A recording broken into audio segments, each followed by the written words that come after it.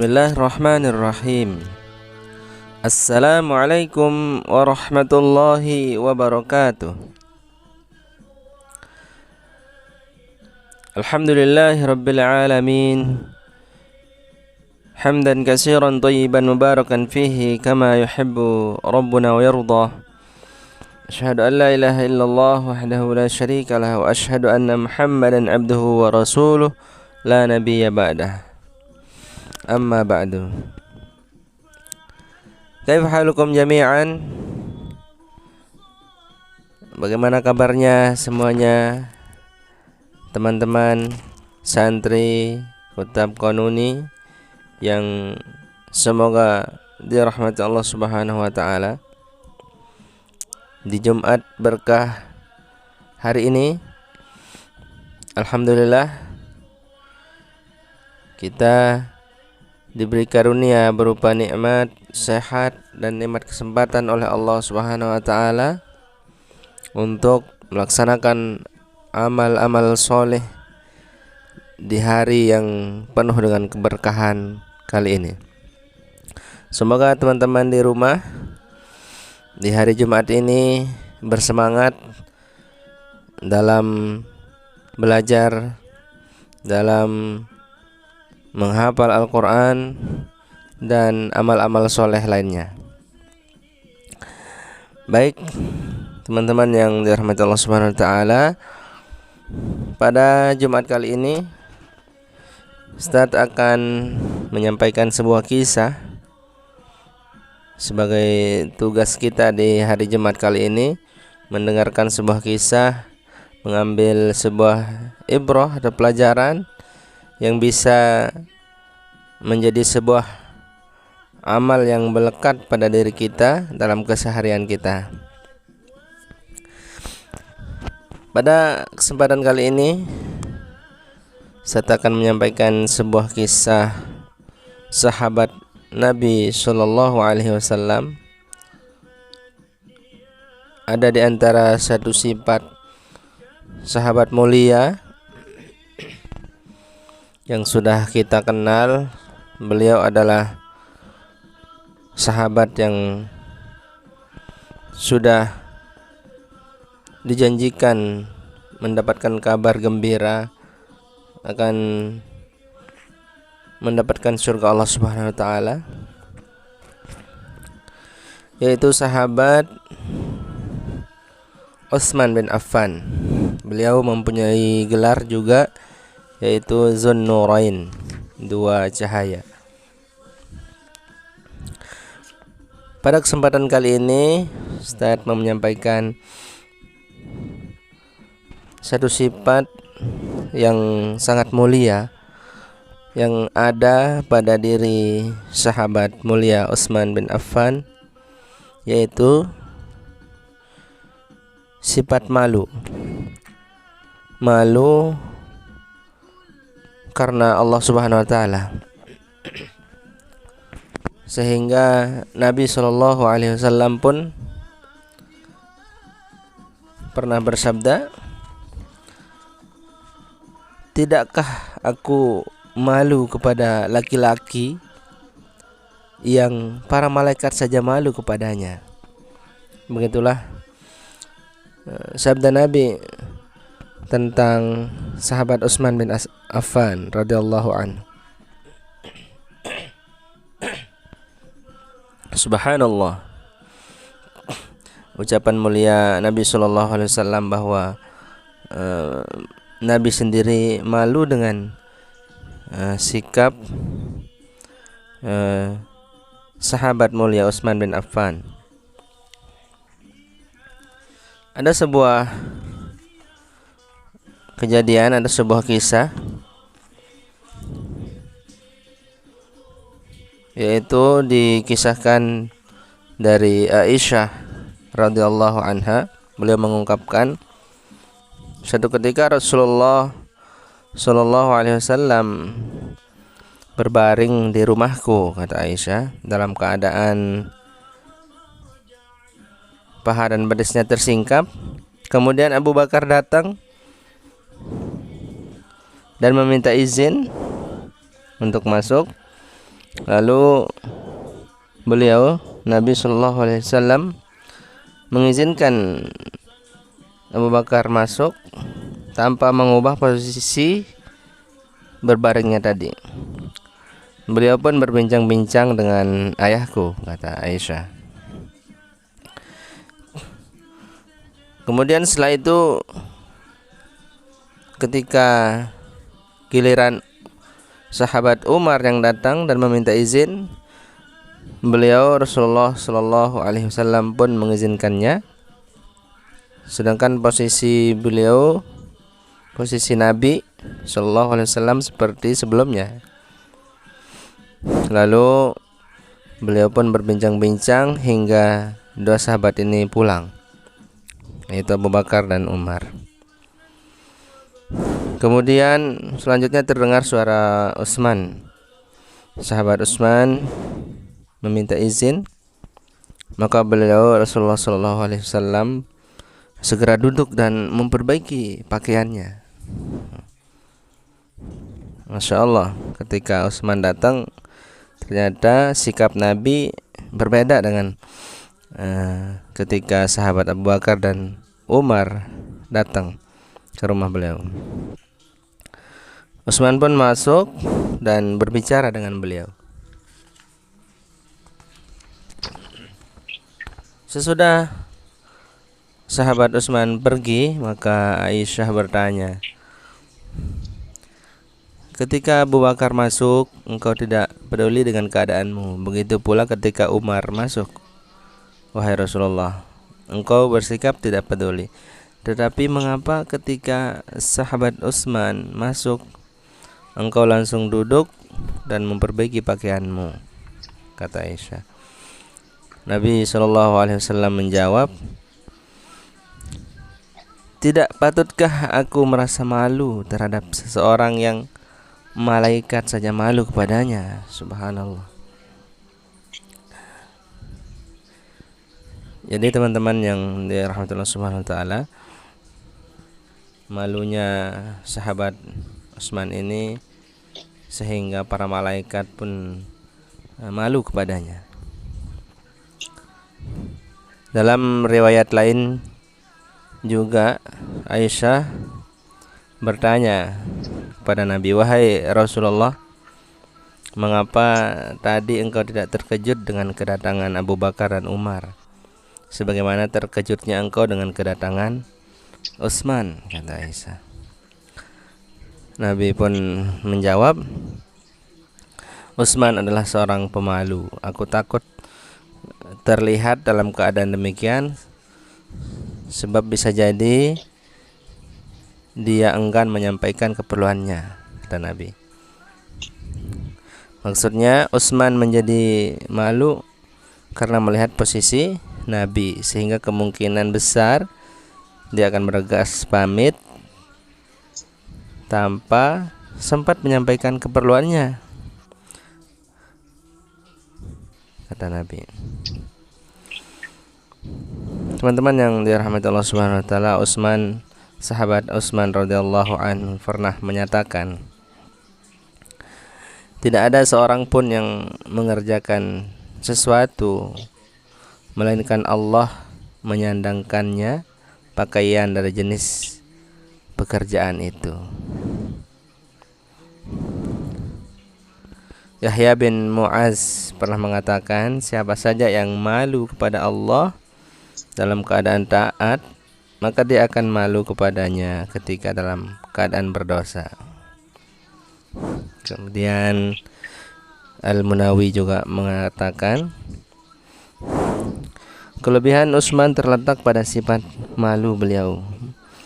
Malu muncul karena penghormatan dan pengagungan seseorang terhadap pribadi orang tertentu yang disertai kesadaran akan kekurangan diri sendiri.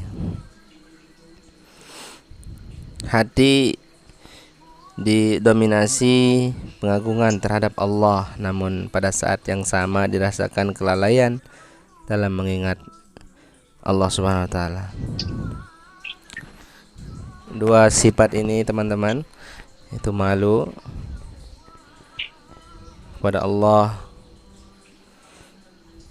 dan malu bermaksiat kepada Allah merupakan sifat hamba yang dekat kepada Allah. Ini adalah sifat orang-orang yang bertakwa kepada Allah Subhanahu wa taala. Dengan derajat sahabat Utsman menjadi tinggi, menjadi mulia, sehingga hamba Allah yang terpilih sekalipun malu kepadanya, yaitu Nabi Shallallahu Alaihi Wasallam pun malu kepada sahabat Utsman bin Affan. Sebagaimana seseorang yang mencintai Allah, dia pun mencintai para walinya. Bahkan seseorang yang takut kepada Allah, segala sesuatu akan takut kepadanya. Sungguh balasan itu sesuai dengan amal perbuatan. Dalam satu kesempatan, teman-teman, Rasulullah Shallallahu Alaihi Wasallam bersabda, Utsman adalah umatku yang paling pemalu. Maksudnya memiliki kadar malu yang paling banyak. Nah, di sini disebutkan bahwa malu adalah pokok segala adab Islami. Ini yang Ustaz garis bawahi di sini, bahwa sifat malu ini adalah bagian dari pokok segala adab Islam. Nah, sampai-sampai sahabat Utsman ini ada yang menukilkan bahwa Utsman tidak pernah memegang kemaluannya dengan tangan kanan semenjak dia membaiat Nabi Shallallahu Alaihi Wasallam. Demi Allah, tak ada kebaikan dalam kehidupan kita, tak ada kebaikan di dunia ini jika rasa malu itu telah tiada. Hidup seseorang akan baik selama malu masih dirasakannya, seperti setangkai dahan akan bertahan selama ada pangkalnya. Inilah sifat malu, teman-teman. Subhanallah. Sini hikmah yang ingin Ustaz ambil adalah bagaimana kita sebagai seorang thalabul ilmi, sebagai seorang penuntut ilmu, sebagai santri, sebagai hamba Allah Subhanahu wa taala yang beriman, sebagai seorang yang mengharapkan banyak kebaikan di sisi Allah Subhanahu wa taala, maka kita harus mempraktikkan salah satu di antara sifat mulia sahabat Utsman bin Affan, yaitu malu. Contoh kecil ketika kita, teman-teman, hadir di majelis ilmu, hadir untuk mendapatkan ilmu daripada guru-guru kita, maka malulah kita ketika kita belum siap, ketika adab kita belum baik, ketika guru kita mau mengajarkan sebuah ilmu. Karena tadi disebutkan bahwa malu ini adalah bagian daripada adab Islam yang tinggi. Kita ketahui, teman-teman, bahwa sahabat Utsman bin Affan ini mempunyai sifat pemalu ini. Beliau ini adalah sahabat yang sangat mulia. Beliau ini, teman-teman, pernah menghatamkan Al-Quran dalam satu rakaat. Subhanallah. Ini disebutkan dalam kisah dalam buku ensiklopedia sahabat. Kemudian beliau juga adalah sahabat yang pernah memerdekakan hamba sahaya, memerdekakan budak setiap hari Jumat. Subhanallah, bagaimana besar kebaikan atau pahala daripada sahabat Utsman ini. Beliau juga pernah menggali sebuah sumur, di mana Nabi Shallallahu Alaihi Wasallam di saat itu menawarkan kepada para sahabat, barang siapa yang bersedia menggali sumur, maka dia akan mendapati surga, kata Nabi. Artinya sumur ini sangat dibutuhkan oleh orang banyak, oleh para sahabat untuk berwudu, ya, untuk melaksanakan ibadah. Kemudian di antara keutamaan sahabat Utsman bin Affan adalah beliau adalah orang yang mendapatkan kabar gembira mati syahid dan mendapatkan kabar gembira akan memperoleh surga Allah Subhanahu wa taala, teman-teman. Dalam sebuah hadis ya dari Abu Hurairah, pada suatu hari Rasulullah itu sedang berada di sebuah bukit. Itu bersama para sahabat, ada Abu Bakar, ada Umar, ada Utsman juga di situ, ada Ali, ada Tolhah, ada Zubair. Di bukit itu ternyata tiba-tiba permukaan tanah di bukit itu berguncang hebat ya, atau gempa. Maka Rasulullah pun bersabda, "Tenanglah," kata beliau, "karena di atasmu ada seorang nabi, as-siddiq, dan para syahid." Ini kata sabda Nabi kepada bukit itu, bahwa Nabi memerintahkan bukit itu untuk tenang karena di atas bukit itu ada Nabi dan ada orang yang as-siddiq dan ada para syahid ya. Para syahid di situ tadi para sahabat-sahabat yang bersama beliau di situ. Subhanallah. Teman-teman, sahabat Utsman ini banyak sekali kelebihan-kelebihan amal soleh beliau. Maka pada kesempatan kali ini kita mencontoh salah satu sifat yang beliau mempunyai dalam dirinya, yang beliau bahkan malaikat dan nabi pun malu kepada beliau karena pemalunya sahabat Utsman ini. Maka teman-teman, malulah kita ketika kita belum baik adab kita dalam belajar. Malulah kepada Allah ketika kita belum sami'na wa ta'na kepada ayah bunda kita, orang tua kita, abi umi kita di rumah. Karena jangan sampai kita sudah diperjuangkan oleh orang tua kita. Jangan sampai guru-guru kita sudah dengan jerih payahnya menyiapkan berbagai macam hal untuk menyampaikan ilmu kepada kita, namun kita belum siap, namun adab kita belum baik. Maka Allah pun maha melihat, maka malulah kita. Dan kita harapkan dengan sifat malu ini kita menjadi anak-anak yang soleh, menjadi hamba-hamba Allah yang dekat kepadanya, sebagaimana sahabat Utsman yang begitu banyak keutamaan dari amal-amal soleh beliau, lantaran beliau juga mempunyai sifat pemalu. Itu saja teman-teman, sekelumit kisah tentang sifat seorang sahabat mulia, yaitu Utsman bin Affan.